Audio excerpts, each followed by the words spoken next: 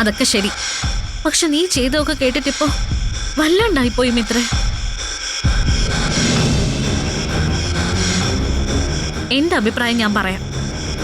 അലോകിനെ കാണാൻ ഒരിക്കലും നീ പോവരുതായിരുന്നു. ജയിലിൽ പോയിട്ട് അലോകിനെ കാണുക എനിക്ക് വിശ്വസിക്കാൻ പറ്റുന്നില്ല മിത്രേ. എങ്ങനെ നിനക്ക് ഇത്ര ധൈര്യം കിട്ടിയേ? പോകുന്നതിന് മുൻപ് എന്നോട് പറഞ്ഞിരുന്നെങ്കിൽ ഞാൻ സമ്മതിക്കില്ലായിരുന്നു. ചേച്ചി, ഞാൻ ഫുൾ ബ്ലാങ്ക് ആയിരുന്നു. തെറ്റും ശരിയൊന്നും എന്റെ മനസ്സിലേക്ക് വന്നില്ല. എനിക്കറിയാം ആര്യന്റെ വലിയ ശത്രു അലോക്. ആര്യന്റെ മാത്രോ? എന്റെയും നിന്റെയും ഒക്കെ ശത്രുവാ. ഈ വീടിന്റെ തന്നെ ശത്രുവാ. മോളെ, നമ്മുടെ ദേവിയടത്തിയുടെ കുഞ്ഞിനെ കൊന്നത് അവനാ. അന്ന് അവൻ ഏട്ടത്തിയെ ചവിട്ടിയില്ലായിരുന്നെങ്കിൽ ഇന്നൊരു കുഞ്ഞിക്കാല് ദേവമംഗലത്ത് ഓടിക്കളിക്കുമായിരുന്നു. അനുശ്രീയോട് അവൻ കാണിച്ചതിന് ആർക്കെങ്കിലും മാപ്പ് കൊടുക്കാൻ പറ്റുമോ? ഓഫീസിൽ വന്നിട്ട് എന്നെ ഭീഷണിപ്പെടുത്തിയിട്ടുണ്ട്. കൈക്കൂലി കേസിൽ കൊടുക്കാൻ നോക്കി. വേണ്ട. ഇവിടെ നമ്മുടെ അമ്മ കൃഷ്ണമംഗലത്തായിരുന്നപ്പോ അമ്മയുടെ എന്തൊക്കെ ക്രൂരതകൾ അവൻ ചെയ്തു.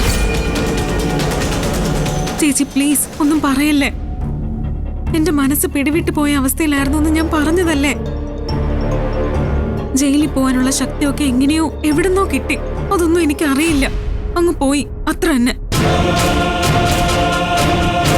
കഴിഞ്ഞതിനെ പറ്റി പറഞ്ഞിട്ട് കാര്യമില്ല. എന്നാലും ആര്യനിതറിഞ്ഞ പകർന്നു പോവും.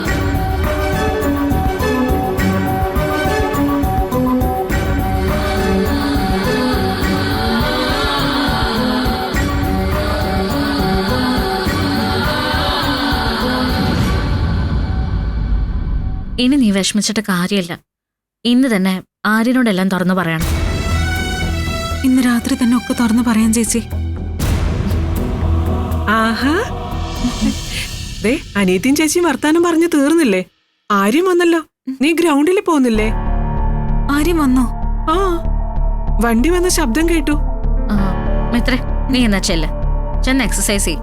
എന്നിട്ട് പെട്ടെന്ന് പോലീസായിട്ട് വാ. എന്നിട്ട് വേണം നമ്മുടെ അമ്മായിയമ്മയെ ഒരു പാഠം പഠിപ്പിക്കാൻ. പിന്നെ പോലീസല്ല പട്ടാളം വന്നാലുവേ ഈ ഗോമതിയെ തൊടാൻ പറ്റില്ല. ഗോമതിയോട് മുട്ടാൻ വന്നാലേ ചോദിക്കാൻ ഗോമതി സ്റ്റോർ ബാലൻ ഇറങ്ങും. അത് പൊളിച്ചു.